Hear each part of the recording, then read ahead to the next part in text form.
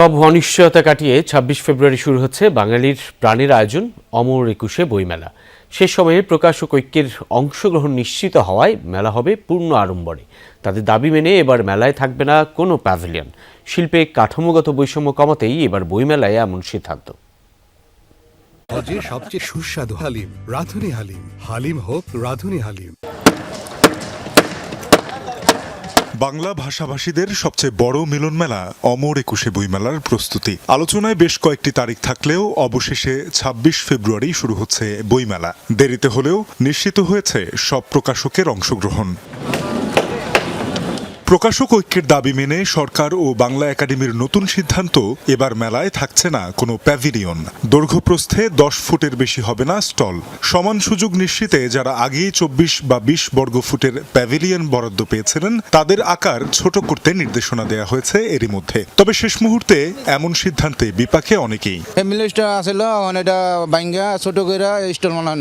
একটাই করতে কত টাকা খরচ গেল, এখন আবার এটা ভাঙতেছে, আবার রিটার্ন করতে হবে, তারপর সময় শর্ট। কারণে এবার মেলায় সময় খুবই কম। প্যাভিলিয়ন কেউ করতে পারবে না, মানে শুধু স্টল করবে আর কি, মানে ৮ ফিট বাই ৮ ফিট যে স্টলটা করবে। এর আগে স্টল ও প্যাভিলিয়ন বরাদ্দে অস্বচ্ছতা ও সময় স্বল্পতার কারণ দেখিয়ে বইমেলায় অংশ না নেয়ার ঘোষণা দিয়েছিল প্রকাশকদের সংগঠন প্রকাশক ঐক্য। পরে এসব দাবির বিষয়ে সংস্কৃতি মন্ত্রণালয়, বাংলা একাডেমি এবং বাংলাদেশ পুস্তক প্রকাশক ও বিক্রেতা সমিতির সমঝোতা হওয়ায় সোমবার মেলায় ফেরার ঘোষণা দেন তারা।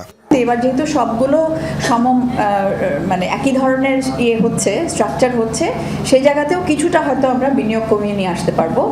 এবং যেটা আমাদের এখনো শঙ্কার জায়গা থাকছে যে এই রোজার মাসে আপনারা জানেন যে ইফতার এবং এর পরবর্তী যে তারাবি ইত্যাদি ব্যস্ততা আমাদের সকলের থাকে, সেই অবস্থায় আমাদের কর্মীদেরকে ওখানে নিয়োজিত রাখা এবং এগুলো কিন্তু আমাদের মানে শঙ্কার কারণ ছিল। ঈদের পর বইমেলা আয়োজনে প্রকাশকদের প্রাথমিক দাবি থাকলেও ২৬ ফেব্রুয়ারি শুরু হয়ে ১৮ দিনের মেলা শেষ হবে ১৫ মার্চ। তানজিম শাফিন, যমুনা নিউজ, ঢাকা।